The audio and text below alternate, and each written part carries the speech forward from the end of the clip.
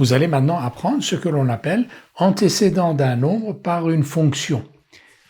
Si un nombre x a pour image le nombre y par une fonction f, on écrit y égale f de x et on dit que x est un antécédent de y par la fonction f. Donc, si x est un antécédent de y par la fonction f, cela signifie que y est égal à f de x.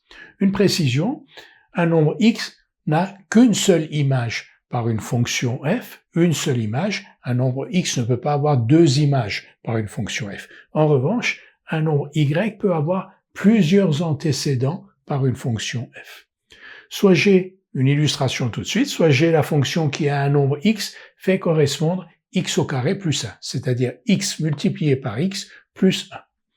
L'image de moins 1 par g, quelle est-elle? Donc l'image de moins 1 par g, c'est donc g de moins 1. Pour l'obtenir, on va remplacer x par moins 1. Moins 1 au carré, c'est moins 1 multiplié par moins 1, ça fait 1. 1 plus 1, 2. Donc l'image de moins 1 par g est égale à 2. Quelle est l'image de 1 par g?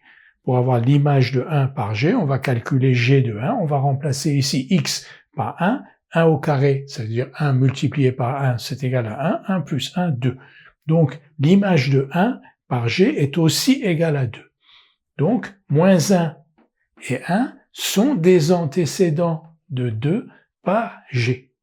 Donc, 2 est l'image de moins 1 par g, 2 est l'image de 1 par g, 1 et moins 1 sont des antécédents de 2 par la fonction g.